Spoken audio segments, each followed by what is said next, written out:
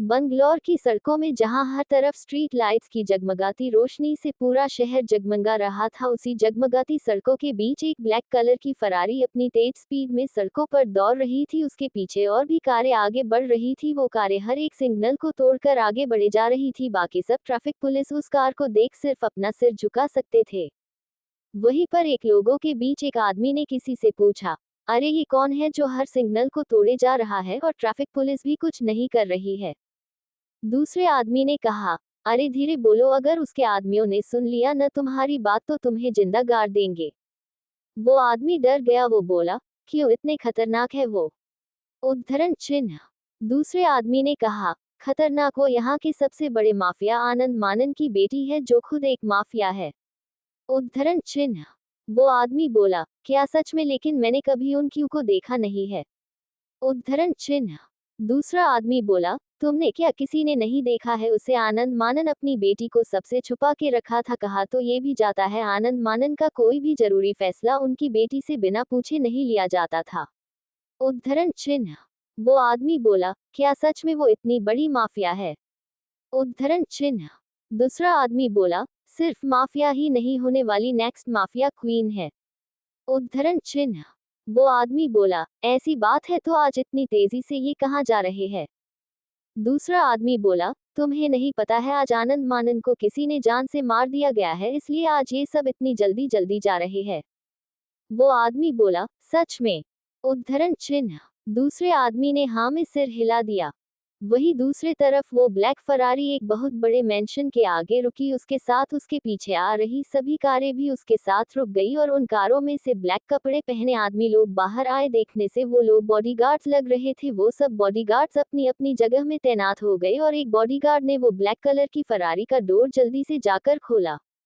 उसमें से एक गोरा और एक स्लिम पैर बाहर निकला जिसने ब्लैक हील्स पहनी हुई थी। वो एक लड़की कार के बाहर आए। उसने एक ब्लैक कलर का पेंसिल वन पीस पहना हुआ था। उसके चेहरे पर एक ब्लैक मास्क था जिससे उसका चेहरा नहीं दिख रहा था, सिर्फ उसकी नीली आंखें ही दिख रही थी जिसमें कोई भाव नहीं था।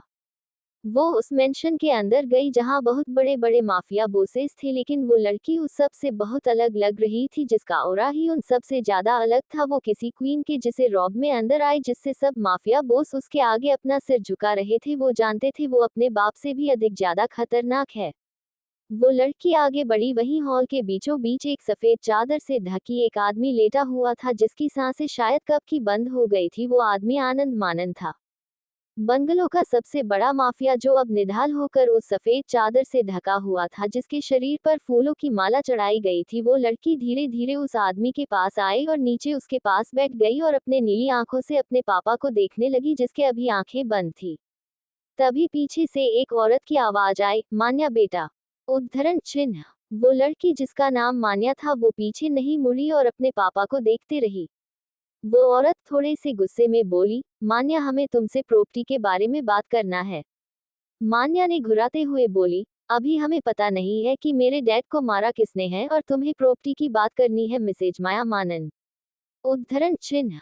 वो औरत जिसका नाम माया था वो गुस्से से बोली, मान्या, क्या तुम अपनी मैनर्स भूल गई? हूँ मोम हूँ मैं तुम्हारी।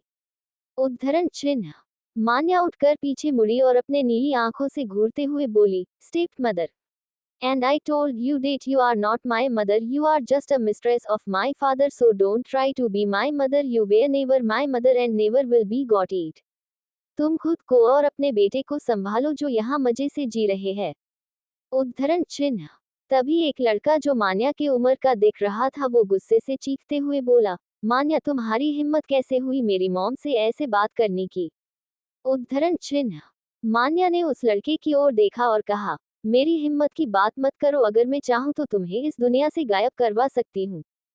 माया ने कहा, मान्या, तुम शायद भूल रही हो, जब ये प्रॉपर्टी तुम्हारी होगी तब तुम माफिया बोसेस को अपने कंट्रोल में ले सकती हो और तुम्हारे डैड की वसीयत में लिखा है जब तक तुम शादी नहीं कर लेती तब तक तुम्हारे पास कुछ नहीं है, तुम तब तक कोई माफिया नहीं हो। और हाँ, युवराज की कल शादी है और कल ये पूरा का पूरा अंपायर युवराज का हो जाएगा। युवराज जो वो लड़का अभी मान्या से बात कर रहा था वो बोला, और इसके साथ माफिया की कुर्सी भी मेरी होगी। उद्धरण चिन्ह। इतना बोल वो दोनों माँ बेटा हंसने लगे। मान्या ने सर्द आवाज में कहा, चिंगारी से मत खेलो, जब वो सुलगती है न पूरा जला के छोड़ती है। मैं पहले मेरे डैड के मौत का राज जानूंगी, फिर तुम दोनों को देखूंगी। और जहां रही ये अंपायर की और माफिया की कुर्सी की, वो आज भी मेरी थी और कल भी मेरी रहेगी। उद्धरण चिन्ह। वो दोनों उसके जवाब सुन दांत पीसते बस रह गए। मान्या ने वहां से जाने लगी और जाते जाते बोली, मेरे डैड का अच्छे से अंतिम संस्कार करना, मैं अभी बहुत बिजी हूँ, सो आई कांट डू दिस। उद्धरण चिन्ह। सब उसकी बात सुन हैरान थे। अभी वो अपने पापा के लिए इतना बोली और वही बेटी अभी बोल रही है वो बिजी है। मान्या ने उन सबको इग्नोर किया। सच ये था कि किसी से ने भी मान्या को नहीं देखा था, माया मानन और युवराज मानन भी नहीं। जब भी मान्या अपने डैड से मिलने आती थी, वो अपने चेहरे पर एक मास्क लगाए ही रहती थी। मान्या मेंशन से बाहर गई और कार के पास आए एक बॉडीगार्ड ने डोर खोला। तभी उसे किसका कॉल आया? वो उसके असिस्टेंट रेहान का कॉल था। मान्या ने कार में बैठते हुए कॉल उठाया और सर्द आवाज में बोला, बोलो। उद्धरण चिन्ह। रेहान ने कहा, मैम आपका आज अवार्ड फंक्शन था, आपको बेस्ट एक्ट्रेस अवार्ड मिला है। उद्धरण चिन्ह। मान्या ने बस हम कह दिया। रेहान ने कहा, ma'am mister Rahul Ahuja India आ चुके हैं, जिससे आपकी शादी होने वाली है, क्या हम उन्हें रिसीव करने जाए? उद्धरण चिन्ह। मान्या ने कहा, नहीं मैं जा रही हूँ, तुम सिर्फ एक पंडित को बुलाओ, मुझे अभी उससे शादी करनी है। उद्धरण चिन्ह। रेहान ने कहा, बट मैम राहुल आहूजा की अभी तक कोई इंफॉर्मेशन हमें मिली नहीं है। उद्धरण चिन्ह। मान्या ने कहा, तो तुम लोग अभी तक कर क्या रहे हो? मेरे फेरों तक मुझे पूरी इंफॉर्मेशन मिल जानी चाहिए। अगर राहुल ने मुझसे झूठ कहा है तो वो आज वहीं मरेगा। उद्धरण चिन्ह। रेहान का तो गला सूख गया। मान्या की बात सुनकर वो जल्दी से बोला, ओके मैम, मैं अभी काम पर लग जाता हूँ। उद्धरण चिन्ह। मान्या ने कहा, गुड।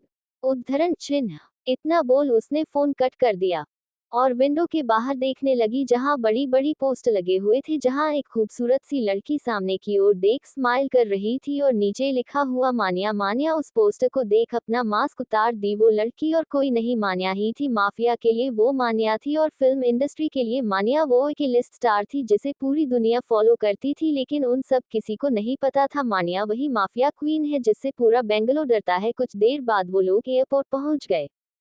मान्या का बॉडीगार्ड ने मान्या की कार का डोर खोला और मान्या एलिगेंटली कार से बाहर आई। उसने फिर से अपना मास्क पहन लिया था। वो एयरपोर्ट के अंदर गई। वहां एक आदमी फोन बात कर रहा था, बेबी टेंशन मत लो, मैं तुमसे ही प्यार करता हूँ और जहाँ रही उस मान्या से शादी करने के बाद वो तो मैं उसकी प्रॉपर्टी लेने के लिए शादी कर रहा हूँ। तभी पीछे से एक आवाज आई, राहुल। उद्धरण चिन्ह। वो आदमी जम गया। वो पीछे मुड़ा और देखा कि एक लड़की मास्क पहने उसी की ओर देख रही है। उद्धरण चिन्ह। राहुल ने कहा, तुम कौन हो? उद्धरण चिन्ह। उस लड़की ने अपना फेस से मास्क हटा के कहा, मैं। उद्धरण चिन्ह। राहुल के तो पैरों तले जमीन खिसक गई। को हकलाते हुए बोला, मान्या तुम यहाँ क्या कर रही हो? मान्या ने कहा, क्यों, मैं यहाँ नहीं आ सकती हूँ? राहुल ने जल्दी से कहा, नहीं नहीं, मेरा ये मतलब नहीं था, वो मुझे तुम्हें यहाँ देखने की उम्मीद नहीं थी। उद्धरण चिन्ह। मान्या ने कहा, हाँ मैं यहाँ तुम्हें लेने आई हूँ, हम अभी शादी कर रहे हैं। राहुल शोकर था। वो बोला, अभी? उद्धरण चिन्ह। मान्या ने शांति से कहा, हाँ। उद्धरण चिन्ह। राहुल बोला, मान्या तुम्हें नहीं लगता आज कुछ ज्यादा जल्दी हो जाएगा? उद्धरण चिन्ह। मान्या, मुझे नहीं लगता है, अब चलो, शादी की पूरी तैयारियां हो चुकी है। उद्धरण चिन्ह। इतना बोल वो वहां से जाने लगी। राहुल उसे देखे केवल स्माइल कर दिया और कहा, मान्या तुम कितनी भोली हो, आज मैं तुम्हें ठगने वाला हूँ और तुम कुछ नहीं कर सकती हो। उद्धरण चिन्ह। वो दोनों कार में बैठ गए। मान्या अलग कार में बैठी थी, वही राहुल दूसरे कार में। वो बहुत खुश था। वो सब शहर से दूर एक पुराने मंदिर में आए थे जिसमें करीब 100 सीढ़ियां थी। राहुल तो उस सीढ़ियों को देख हैरान था। वो मान्या से बोला, मान्या तुम्हें यही शादी करनी थी? मतलब सीरियसली, ऐसे जगह में कौन शादी करता है? मान्या ने कुछ नहीं कहा और सीढ़ियां चढ़ने लगी। राहुल ने जब देखा कि मान्या उसे बिना कुछ कहे आगे जा रही है तो वो गुस्सा हो गया, लेकिन वो अभी कुछ कर भी नहीं सकता था। अगर वो कुछ करता तो उसका पूरा प्लान खराब हो जाता। राहुल भी उसके पीछे जाकर उद्धरण चिन्ह सीढ़ियों को चढ़ने लगा और सारे बॉडीगार्ड को वही रुकने मान्या ने बोल दिया था। ऊपर वो लोग पहुंचते हैं, वहां एक पंडित रहता है जो वो दोनों के पीठ किए अपनी पूजा कर रहा था। राहुल का तो इतनी सीधी चढ़ चढ़ कर हालत खराब हो चुकी थी, लेकिन मान्या को कुछ नहीं हुआ। वो बिना किसी एक्सप्रेशन के उस मंदिर को देख रही थी। तभी वो पंडित पीछे मुड़ा और वो दोनों उस पंडित को देख हैरान रह गए। जब वो मान्या और राहुल उस पंडित को देखते हैं तो हैरान रह जाते हैं। राहुल ने मन में कहा, यार इतना सुंदर दिखने वाला आदमी एक पंडित है, इसे देखकर मेरा मन डोल जाए। मान्या ने उस पंडित को देख कोई रिएक्शन नहीं दिया, लेकिन राहुल उस पंडित को देख अपनी लार टपका रहा था। मान्या ने राहुल को ऐसे उस पंडित को देखते देखा तो मान्या ने उसे अजीब नजरों से देखा और कहा, अंडस्को राहुल क्या कर रहे हो तुम? मान्या की आवाज सुन राहुल होश में आया और बोला, अंडस्को कुछ भी तो नहीं। उस पंडित ने कहा, अंडस्को आप सब मुझे यहाँ उठाकर क्यों लाए हैं? उसकी आवाज में परेशानी अच्छे से दिख रही थी। मान्या ने कहा, अंडस्को शादी के लिए। पंडित ने ना समझी में कहा, अंडस्को क्या मतलब है आपका? राहुल ने उस पंडित के कंधे में हाथ रखते हुए बोला, अंडस्को मतलब कि उसकी और मेरी शादी। राहुल उस पंडित के कंधे को मसलते हुए कहा। उस पंडित को राहुल बहुत अजीब लगा। उसने राहुल का हाथ अपने कंधे हटा लिया। राहुल ने एक स्माइल कर दी। उसके चेहरे पर स्माइल किसी हवस की तरह लग रही थी। उस पंडित ने कहा, अंडस्को अच्छा अगर ऐसी ही बात थी बोल देते, शादी करवानी है, ऐसे उठाकर कौन लाता है? मैंने घर में किसी को बताया भी नहीं। मान्या ने थोड़े गुस्से में कहा, अंडस्को क्यों, तुम्हारी शादी हो चुकी है, जो घर में जाकर अपनी बीवी को बोलने वाले हो? उस पंडित ने कहा, अंडस्को नहीं नहीं, मेरी शादी नहीं हुई है अभी तक, वो तो मैं। मान्या ने उसकी बात कंप्लीट भी नहीं होने दी और कहा, अंडस्को मैं तुम्हारे बकवास सुनने नहीं आई हूँ, जल्दी करो, समझे, मेरे पास टाइम नहीं है। पंडित उसकी गुस्से भरी आवाज सुन डर गई। वो अजीब हंसी लाते हुए बोला, अंडस्को आप लोग ऐसे शादी करेंगे? आप लोग यही कपड़े पहनकर शादी करने वाले हो? मान्या ने कहा, अंडस्को हाँ। लेकिन राहुल ने कहा, अंडस्को नहीं।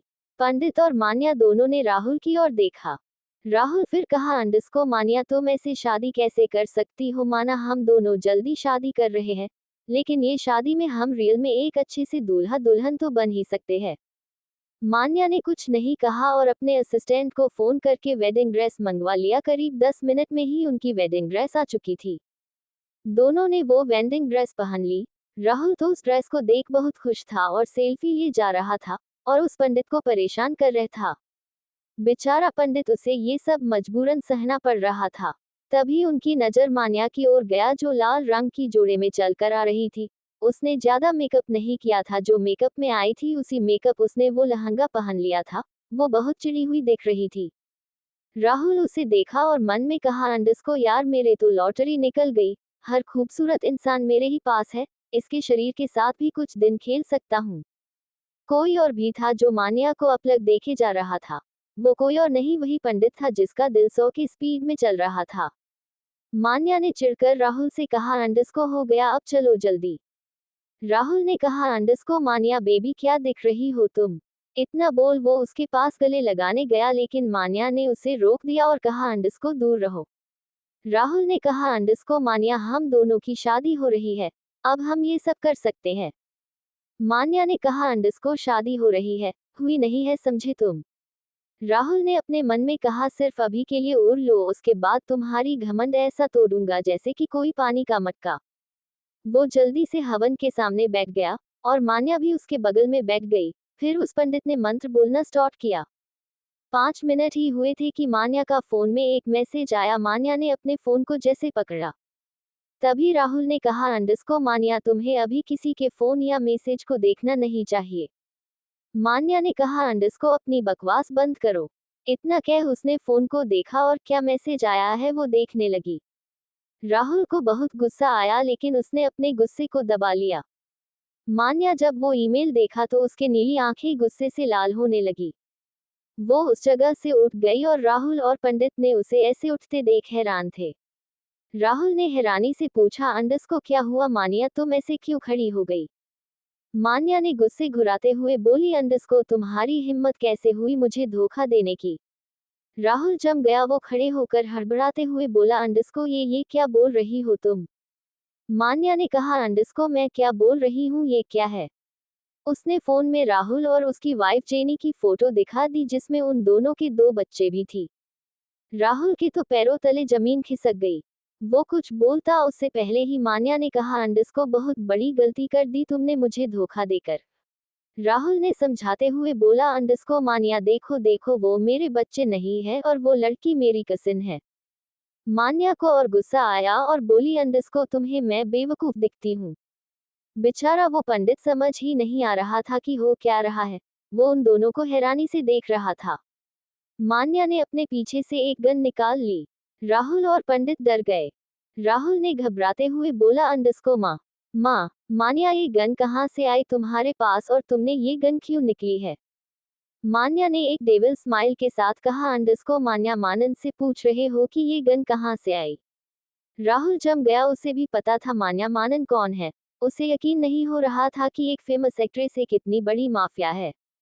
वो डरते हुए बोला, अंडस्को क्वीन क्वीन मुझे माफ कर दो, मुझे नहीं पता था कि आप ही मान्या मानन हो, मुझसे गलती हो गई। मान्या को सब क्वीन कहते थे इसलिए राहुल भी उसे क्वीन कह रहा था। लेकिन मान्या ने हंसते हुए बोली, अंडस्को तुम ही हो न वो आदमी जो लड़कियों को खिलौना समझकर लड़कियों की सप्लाई करते हो, तुम दोनों मियां बीवी यही काम करते हो। राहुल जम गया, वो हैरानी से मान्या को देखने लगा। मान्या ने एक तिरछी स्माइल करते हुए बोली, अंडस्को क्या हुआ तुम्हें क्या लगा मुझे कुछ पता नहीं चलेगा? मैं तुम्हारे साथ इसलिए थी क्योंकि सिर्फ तुम्हारे वजह से मुझे ये पता चला कि कौन कौन लड़कियों की सप्लाई के काम करता है। मैं इसके लिए तुम्हारी बहुत शुक्रगुजार हूँ, लेकिन तुम्हें अब इस गुनाह की सजा तो मिलेगी ही, अब तुम्हें मरना होगा।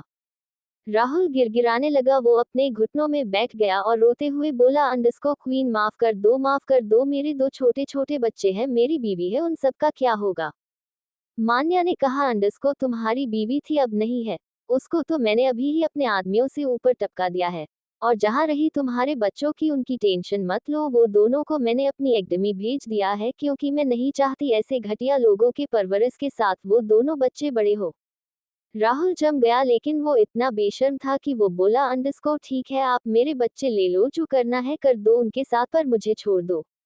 मान्या को बहुत गुस्सा आया, वो उसके बाल पीछे से पकड़ कर खींचा और जोर से बोली, अंडस्को तुझे अपनी बच्चों की भी चिंता नहीं है तो तेरे जैसे लोगों को जिंदा रहने की भी जरूरत नहीं है। इतना बोल वो उसके सर पर सारी गोलियां चला दी। मान्या इस समय बहुत खतरनाक दिख रही थी। वही वो पंडित बुरी तरह डर गया था। इतना बोल वो राहुल को वही छोड़ दी और अपने हाथ को साफ करने लगी। तभी मान्या का बॉडीगार्ड वहां आया और बोला, अंडस्को क्वीन मिस्टर नाथ यहाँ आए हैं। मान्या ने हैरानी से पूछा, अंडस्को नवीन वो यहाँ क्यों आया है? तभी पीछे से एक आदमी चलकर आया, उसकी उम्र करीब 30 साल की लग रही थी, वो दिखने से एक वकील लग रहा था। वो दिखने में हैंडसम था, लेकिन उसके चेहरे पर अभी गंभीरता साफ साफ झलक रही थी। मान्या ने नवीन से पूछा, अंडस्को नवीन क्या बात है? नवीन ने कहा, अंडस्को मान्या बहुत बड़ी प्रॉब्लम हो गई है, युवराज ने आज हो शादी करने का फैसला ले लिया है। मान्या ने पूछा, अंडस्को क्या, कैसे तुमने उस लड़की को नहीं उठाया अभी तक? नवीन ने कहा, अंडस्को मान्या वो लड़की कहाँ है हमें नहीं पता है।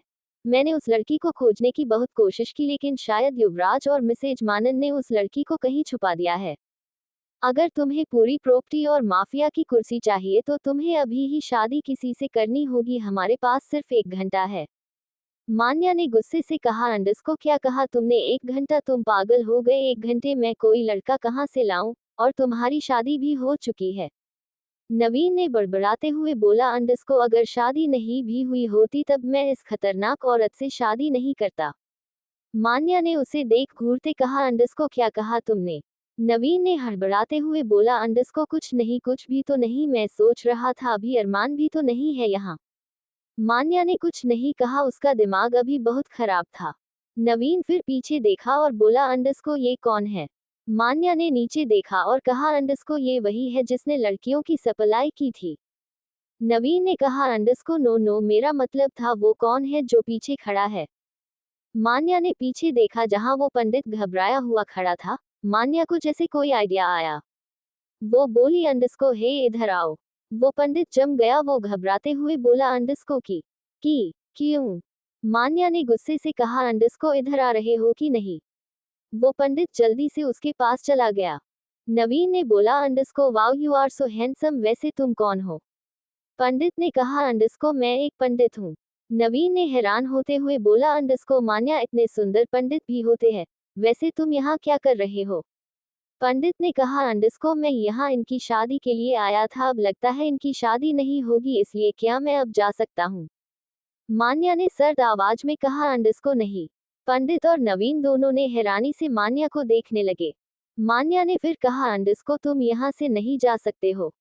पंडित ने कहा अंडस्को क्यों, मैं क्यों नहीं जा सकता? मान्या ने कहा अंडस्को क्योंकि तुम्हें अभी मुझसे शादी करनी है, सुना तुमने, शादी करो मुझसे। नवीन और पंडित हैरानी से मान्या को देखने लगे। नवीन ने कुछ कहना चाहा, उससे पहले ही उस पंडित ने कहा अंडस्को मैडम जी ये आप क्या कह रही हैं, मैं आपसे शादी कैसे कर सकता हूँ? मान्या ने कहा अंडस्को अगर तुमने मुझसे शादी नहीं की तो तुम्हारी भी वही हाल होगा जैसे इस आदमी का हुआ है। वो पंडित डर गया, वो लाचारी उसे देखने लगा। नवीन को उस बेचारे पर बहुत दया आया। वो बोला अंडस्को मान्या ये क्या है, अगर तुम्हें उससे शादी ही करनी है तो प्यार से भी तो बोल सकती हो, वैसे तुम्हारा नाम क्या है? नवीन ने पंडित से की ओर देखते हुए बोला। पंडित हैरानी से नवीन को देखने लगा। नवीन उसके पास जाकर धीरे से बोला अंडस्को देख भाई, मुझे तुम बहुत अच्छे आदमी लगे, इसलिए मैं तुम्हें मरते हुए नहीं देख सकता हूँ, क्योंकि तुम्हारे सामने जो औरत है वो बहुत खतरनाक है, उसने जो कहा है वो करके रहेगी, इसलिए शादी के लिए हाँ बोल दो। पंडित ने उसकी बात सुन और डर गया। नवीन फिर से पूछा अंडस्को अरे तुमने बताया नहीं, तुम्हारा नाम क्या है? पंडित ने कहा अंडस्को मेरा नाम आरिफ त्रिपाठी है। नवीन ने कहा अंडस्को बहुत अच्छा नाम तुम्हारा। मान्या ने कहा अंडस्को अब तुम दोनों की बकवास बातें खत्म हो गई। नवीन ने जल्दी से कहा अंडस्को हाँ हाँ बिल्कुल, मैं मैरिज के पेपर्स लेकर आया हूँ। आरिफ बस बेबसी से उन दोनों को देख रहा था। मान्या ने कहा अंडस्को तो मुंह क्यों देख रहे हो, दो पेपर्स। नवीन ने जल्दी से अपने बाइक से पेपर्स निकाले और मान्या के हाथ में दे दिए। मान्या ने जल्दी से उस पर साइन कर दिया। आरिफ को मन नहीं था, लेकिन मान्या जबरदस्ती उससे साइन करवा लिया।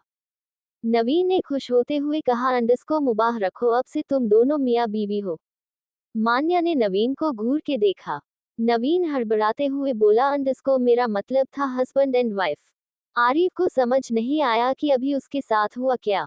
नवीन ने कहा अंडस्को अब तुम दोनों ने शादी कर ली तो हिंदू रिवाज से भी कर लो। मान्या ने कहा अंडस्को इसकी कोई जरूरत नहीं। नवीन ने कहा अंडस्को मेरा मतलब था कि अभी अगर तुम वहां जाओगी तो कुछ तो दिखाना पड़ेगा, ना कि तुम दोनों ने शादी कर ली है, इसलिए मैं बोल रहा था कि तुम्हें सिंदूर और मंगलसूत्र पहन लेना चाहिए। मान्या ने भी सोचा और आरिफ से बोली अंडस्को ठीक है चलो, सुंदर लगाओ मुझे। आरिफ हैरानी से मान्या को देखा। मान्या ने फिर कहा अंडस्को देख क्या रहे हो, करो। आरिफ ने मजबूरन उसे सिंदूर और मंगलसूत्र पहना दिया। नवीन उनकी ये सब करते हुए एक फोटो खींच ली और बोला अंडस्को परफेक्ट। फिर बोला अंडस्को अच्छा अब चलो, हमें अभी ही मानन विला जाना पड़ेगा। नवीन की बात सुन तीनों नीचे आ गए। वही सब बॉडीगार्ड अपने क्वीन के साथ किसी से शादी करता देख हैरान रह गए। वही आरिफ भी उन सब को देख हैरान था। नवीन दूसरी अपनी कार में बैठ गया और मान्या अपनी ब्लैक फरारी में बैठ गई। वही आरिफ बाहर खड़ा यही सोच रहा था कि वो किसके पास बैठे। मान्या ने देखा कि आरिफ वही बाहर खड़ा है, तो वो बोली अंडस्को बाहर क्या कर रहे हो, अंदर बैठो। आरिफ जल्दी से मान्या के कार में बैठ गया। नवीन और बाकी सब ने मान्या को हैरानी से देखा, क्योंकि मान्या को बिल्कुल भी पसंद नहीं था कि कोई दूसरा इंसान मान्या की कार में बैठे। लेकिन वो लोग कुछ कह नहीं सकते थे, वो लोग चल पड़े। आरिफ ने मान्या की ओर देखा जो कार चला रही थी, उसके चेहरे पर कोई भाव नहीं था। वो हिचकिचाते हुए बोला अंडस्को मैडम जी मैं आपसे कुछ पूछ सकता हूँ? मान्या ने उसकी ओर देखा, फिर सामने की ओर देखते हुए बोली अंडस्को हम पूछो। आरिफ ने कहा अंडस्को आप हैं कौन? मान्या ने एक केवल स्माइल के साथ कहा अंडस्को माफिया क्वीन।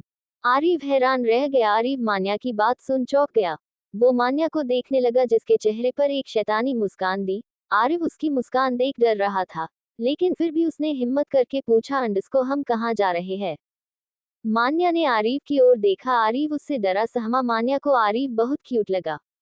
वो बिल्कुल बच्चों की तरह उससे डर रहा था। मान्या को किसी से प्यार से बात करना तो आता था नहीं, इसलिए वो पहले ही वाले रूट टोन में बोली अंडस्को तुम वहां जाओगे तो पता चल जाएगा। आरिफ ने बच्चों जैसा मुंह बना लिया। मान्या को उसको देख बहुत हंसी आ रही थी, लेकिन उसने अपनी हंसी अपने अंदर ही दबा लिया। वो सब जल्दी ही बेंगलो के सबसे बड़े मैरिज बैंक्वेट हॉल के सामने पहुंचे। आरिफ ने उस बैंक्वेट हॉल को देखा और हैरानी से देखा, लेकिन कहा नहीं। मान्या ने देखा आरिफ कार से नीचे नहीं उतर रहा है तो उसने उससे कहा अंडस्को नीचे उतरो। आरिफ हड़बड़ा गया और मान्या को देखा जो उसे ही बिना कोई भाव से देख रही थी। आरिफ ने हाँ में सिर हिला दिया और नीचे उतर गया। मान्या भी नीचे जैसे डोर खोलने गई उससे पहले एक बॉडीगार्ड ने उसकी ओर का डोर खोल दिया। मान्या को उस बॉडीगार्ड पर बहुत गुस्सा आया क्योंकि उसने पहले आकर आरिफ के ओर का डोर नहीं खोला लेकिन मान्या की ओर की डोर खोलने आ गया। मान्या नीचे उतरी और गुस्से भरी नजरों से उस गार्ड को देखा। वो गार्ड उसकी गुस्से भरी नजर देखकर डर गया। मान्या ने उस सब गार्ड से कहा अंडस्को तुम सब आज मुझे मेरे डिक्यो वैली में मिलने चाहिए। सब गार्ड्स उसकी बात सुन हैरान रह गए। उनकी तो डर के मारे हालत खराब हो रही थी, क्योंकि डिक्योन वैली वो सब जाते थे जिन्होंने कोई गलती कर दी हो और वहां मौत से भी ज्यादा खतरनाक सजा मिलती थी। उन सब बॉडीगार्ड्स को समझ नहीं आ रहा था कि उन्होंने क्या गलती कर दी है। मान्या ने उन्हें बिना देखे आरिफ से कहा अंडस्को चलो। आरिफ बेचारे को कुछ समझ ही नहीं आ रहा थे कि हो क्या रहा है। नवीन ने उसे देख लाचारी से अपना सिर हिला दिया।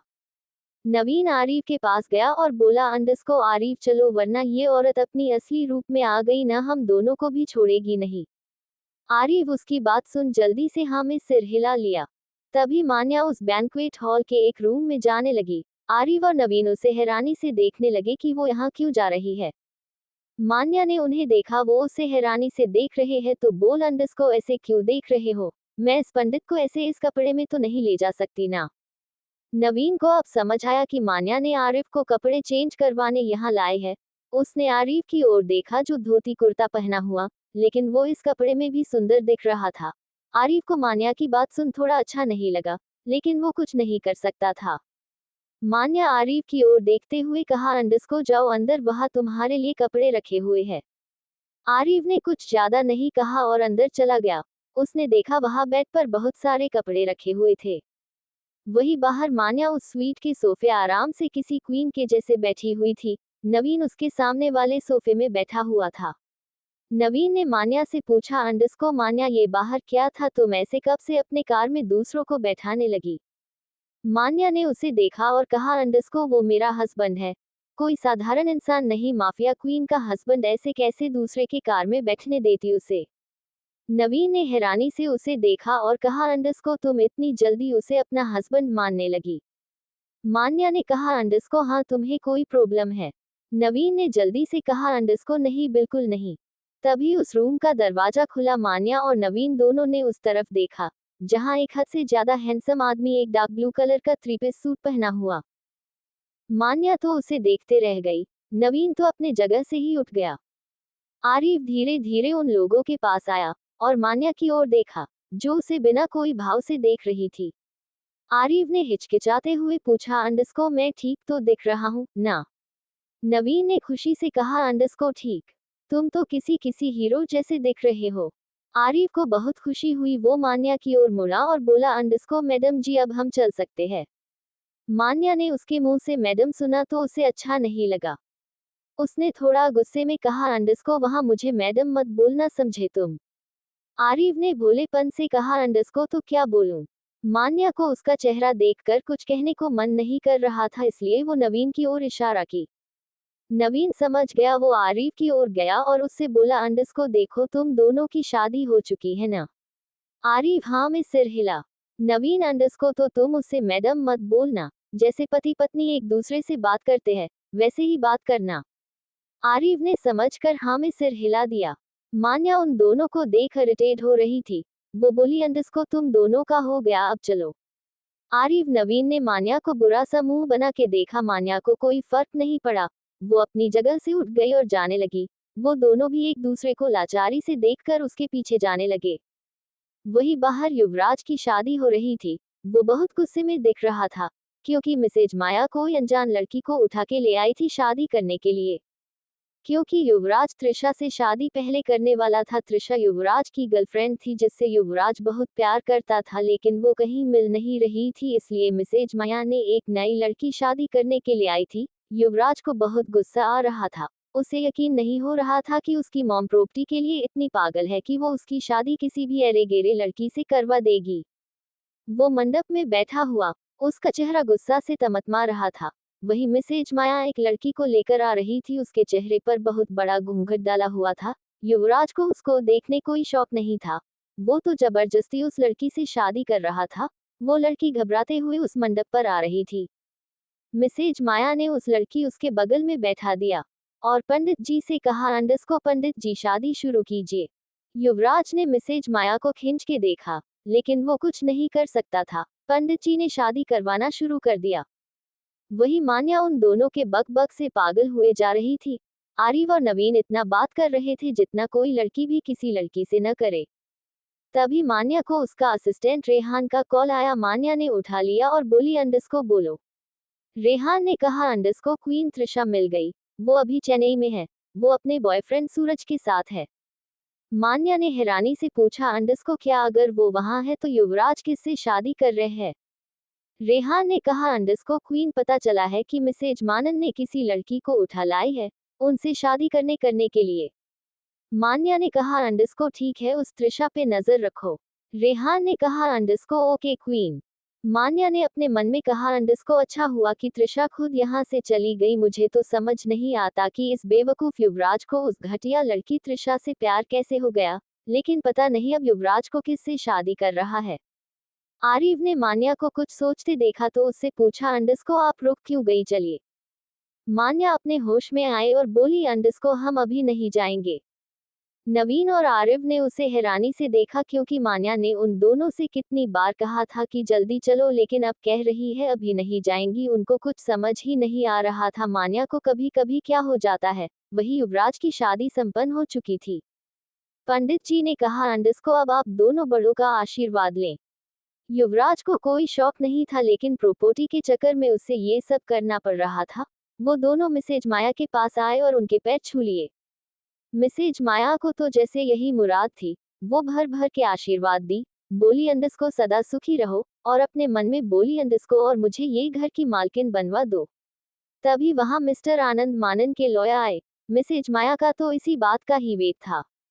लॉयर ने कहा, अंडस को मिसेज मानन, अब आपके बेटे की शादी हो चुकी है तो मिस्टर मानन के वहीसत के अनुसार उनकी मौत किसी वजह से हो गई तो उनकी पूरी प्रॉपर्टी उनकी बेटी मिस मान्या मानन के नाम हो जाएगी। लेकिन मिस मानन की शादी अगर मिस्टर युवराज मानन से पहली नहीं हुई होगी तो उनकी पूरी प्रॉपर्टी मिस्टर युवराज मानन की नाम हो जाएगी। मिसेज माया को तो यही सुनना था। वो बोली, अंडस को हाँ, मान्या की शादी नहीं हुई है अभी तक, इसलिए अभी ये सारी प्रॉपर्टी युवराज की है, राइट? वो लॉयर मिसेज माया को घिन भरी नजरों से देख रहा था। उसने ऐसी बेशर्म औरत कभी नहीं देखी जिसके पति को मरे हुए ढंग से 24 घंटे भी नहीं हुए वो प्रॉपर्टी के लिए अपने बेटे की शादी करवा रही थी। वही सब मेहमान भी उस बेशर्म औरत को देख रहे थे जिसे सिर्फ प्रॉपर्टी से फर्क पड़ता था। युवराज अपनी मोम को देख इरिटेट हो रहा था। वो बोला, अंडस को मोम आप क्या कर रही हैं? मिसेज माया ने बेशर्मी से कहा, अंडस को मैं क्या कर रही हूँ, बस मिस्टर खेर को सच्चाई बता रही हूँ कि मान्या की शादी नहीं हुई है।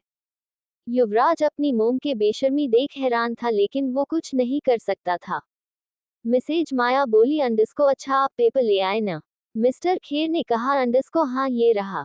वो पेपर्स मिसेज माया ने उनके हाथ से छीन लिया और पागलों की तरह उस पेपर्स को देखने लगी। वही युवराज अपनी मोम की ये सब हरकत देख थोड़ा एम्बाज हो रहा था। वही वो लड़की, उसे तो कुछ समझ ही नहीं आ रहा था हो क्या रहा था। मिसेज माया ने कहा, अंडस को अब ये प्रॉपर्टी मेरी हुई, राइट? मिस्टर खेर ने कहा, अंडस को नहीं मिसेज मानन, ये आपकी अभी नहीं हुई है। ये पेपर में मिस्टर युवराज मानन के सिग्नेचर लगेगा, तब वो आपके बेटे का होगा। मिसेज माया ने कहा, अंडस को हाँ हाँ, मेरा मतलब था कि युवराज का होगा। मिस्टर खेर ने कहा, अंडस को मिस्टर युवराज आप यहाँ आकर इस पेपर्स में सिग्नेचर कर दीजिए। युवराज को इस प्रॉपर्टी से कोई मतलब नहीं था, वो बस अपनी मोम के वजह से ये सब कर रहा था। वो बेमन से वहां गया और पेपर्स में साइन कर दिया। युवराज बोला, अंडस को हो गया, अब ये मेरी प्रॉपर्टी हुई।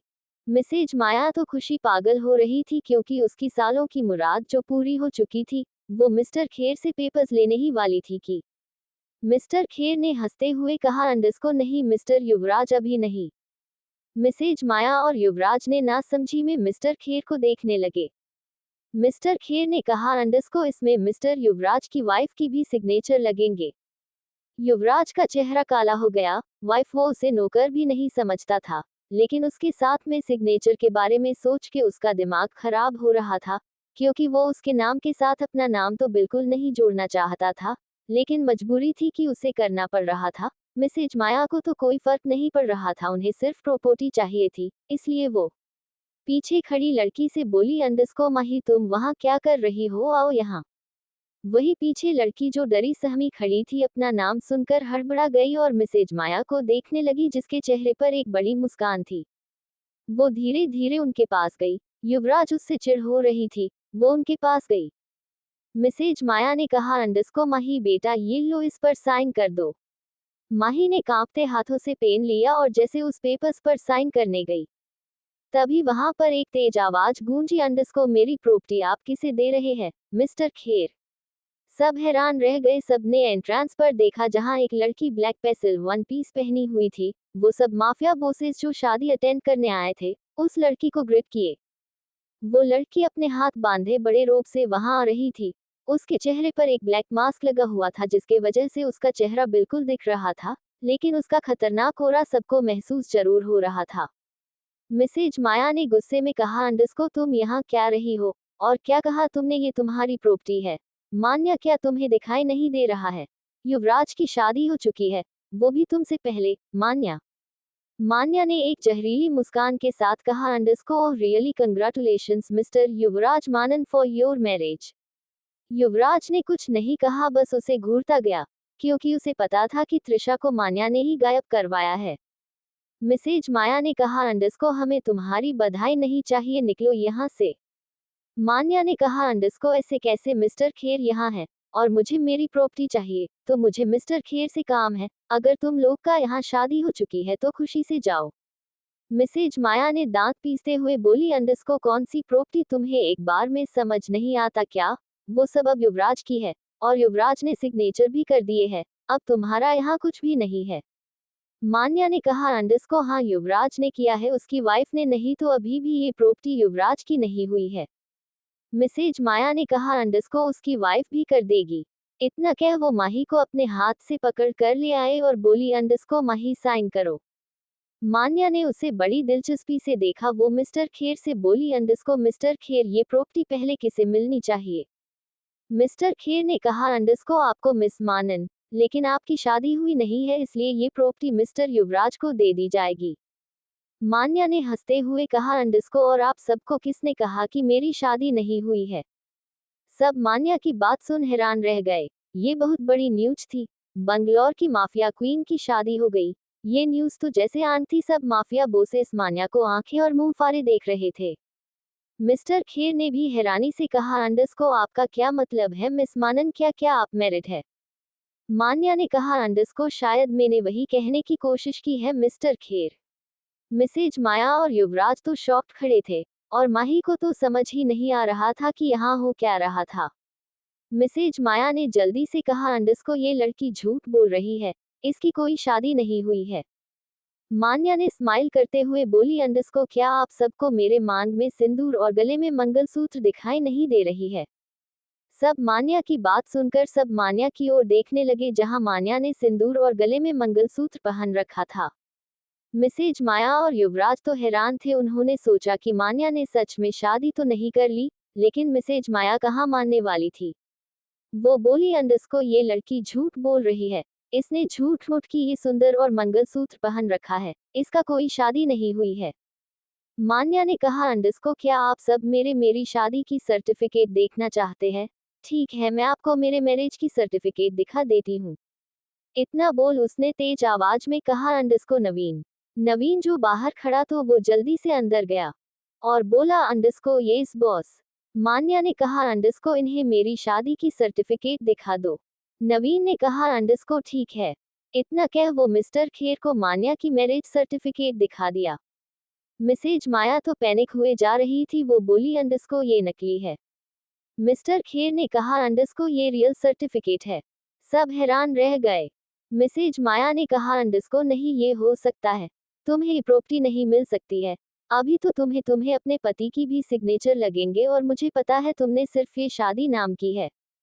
मान्या ने हंसते हुए बोली, अंडस्को अच्छा आप सब मेरे हस्बैंड से भी मिलना चाहते हैं तो लीजिए मिल लीजिए। इतना बोल वो बोली अंडरस्को आरिफ बेबी कम हियर।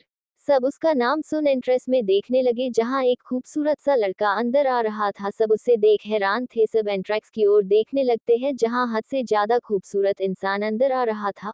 उसके चेहरे पर घबराहट साफ साफ दिख रही थी, जिसे देख सब कंफ्यूज हो रहे थे। वही मान्या ने उसे घबराता देख उसकी आंखें सर्द हो गई। वो नवीन की ओर मुड़ी, जैसे कह रही हो इसका हुलिया ठीक करो।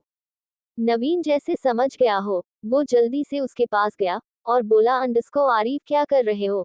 मैंने तुम्हें क्या समझाया था, बाहर सब भूल गए क्या? यहाँ तुम्हें घबराना नहीं है, तुम्हें माफिया के हस्बैंड की तरह बिहेव करना है, एकदम कड़क मिजाज का होना है। आरिफ ने घबराते हुए बोला अंडरस्को क्या करूँ सर, यहाँ इतने लोगों को देखकर मुझे मुझे घबराहट हो रही है।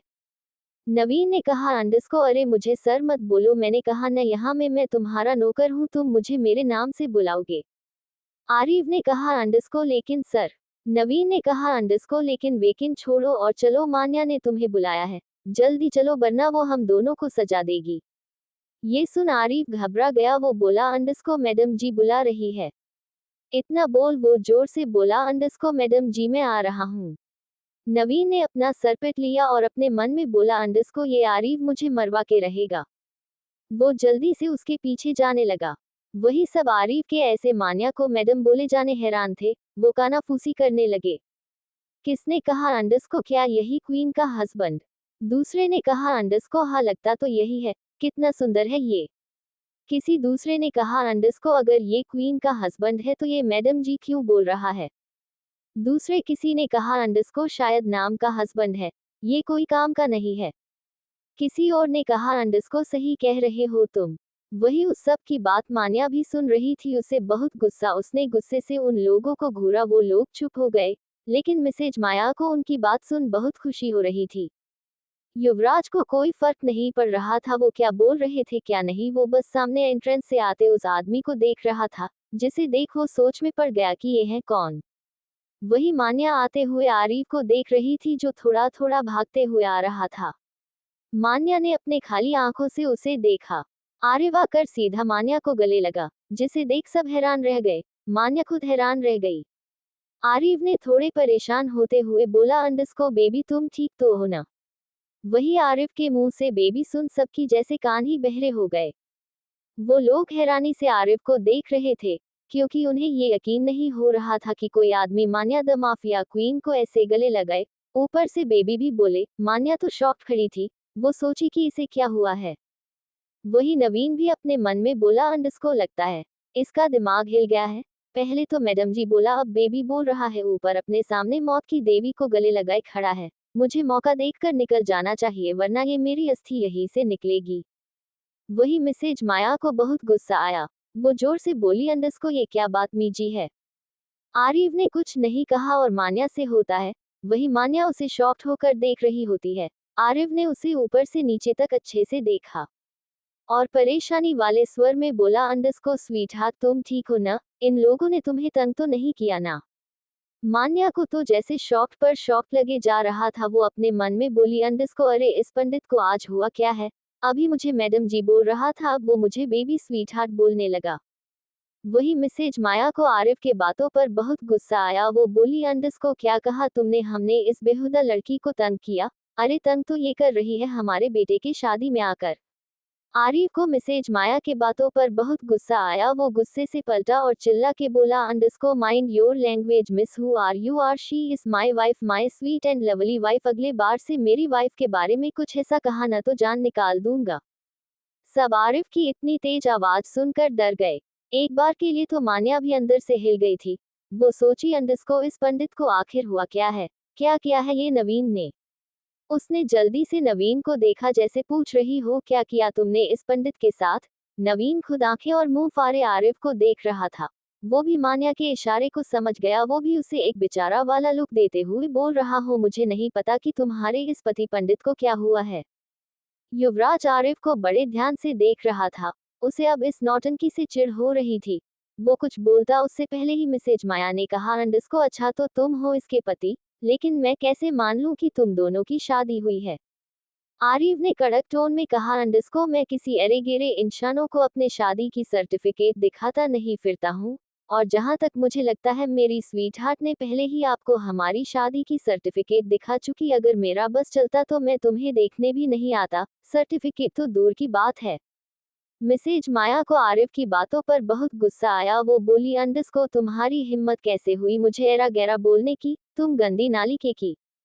इतना ही बोल पाई थी, आरिफ ने उनकी बात काटते हुए बोला, अंडस्को एक वर्ड और नहीं, जबान संभाल के बात करो। माफिया का हस्बैंड हूँ तो तुम लोग सोच सकते हो मैं कितना बड़ा वाला डॉन हूँगा। मेरे स्वीट हार्ट को मैंने अपनी प्रॉपर्टी लाने दी, इसका मतलब ये नहीं कि आप सब कुछ भी बोले। वही मान्या तो आरिफ बातें सुनकर शोक पे शोक हुए जा रही थी। उसे समझ नहीं आ रहा था कि वो आरिफ को कैसे रोके। वो उसे अपनी ओर खींच ली। आरिफ ने परेशानी में कहा, अंडस्को क्या हुआ बेबी, कुछ प्रॉब्लम? मान्या ने धीरे से कहा, अंडस्को ये क्या लगा रखा है? आरिफ ने भी धीरे से कहा, अंडस्को मैडम जी आप टेंशन न ले, ये तो एक नाटक चल रहा है, आप सिर्फ इस चीज को मनोरंजन लो। इतना कह वो फिर से बोला, अंडस्को मेरी स्वीट हॉट यहाँ सिर्फ अपना प्रॉपर्टी लेने आई थी, ना कि तुम लोगों का सड़ा हुआ चेहरा देखने। फिर वो मिस्टर खेर की ओर देखते हुए बोला, अंडस्को आप ही लॉयर है? मिस्टर खेर हड़बड़ा गए। वो बोले, अंडस्को हाँ मैं ही हूँ। आरिफ ने कहा, अंडस्को पेपर्स कहाँ है?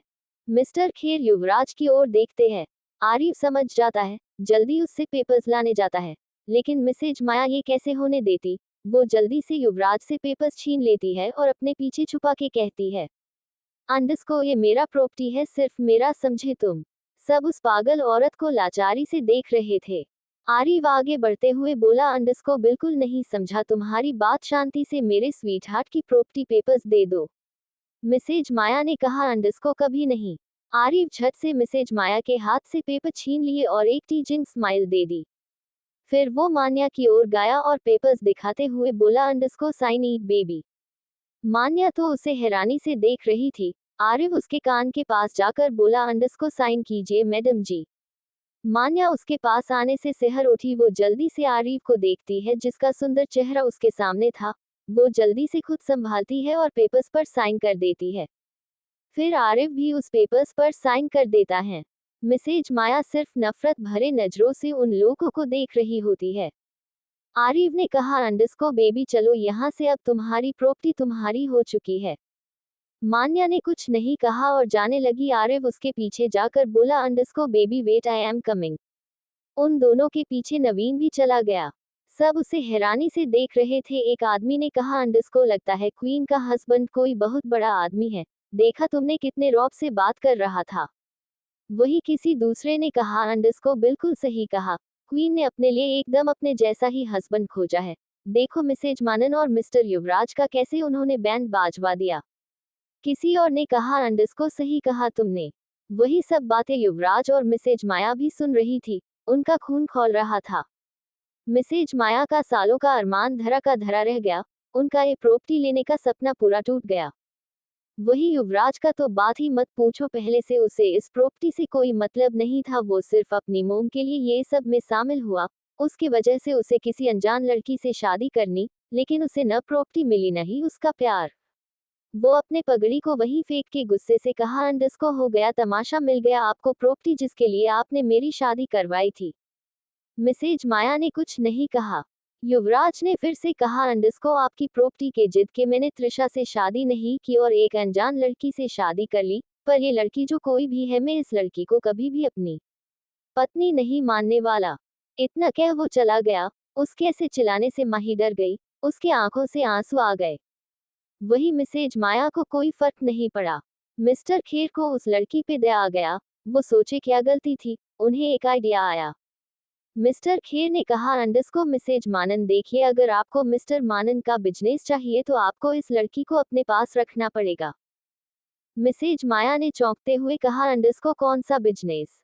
मिस्टर खेर, अंडस्को एक बिजनेस है मिस्टर मानन का, जिसके बारे में मिस मानन को भी नहीं पता। लेकिन अगर मिस्टर युवराज को ये प्रॉपर्टी चाहिए तो उन्हें ये शादी निभाना पड़ेगा। मिसेज माया ने कहा, अंडस्को अच्छा तो ठीक है, मैं युवराज को समझाने की कोशिश करती हूँ कि वो इस शादी को निभाए। इतना बोल वो माही को बोली, अंडस्को चलो। माही सपक गई और धीरे कदमों से चली गई। वही सब माफिया बॉसेज इतना अच्छा फैमिली ड्रामा देखकर धीरे धीरे वहां से चले गए।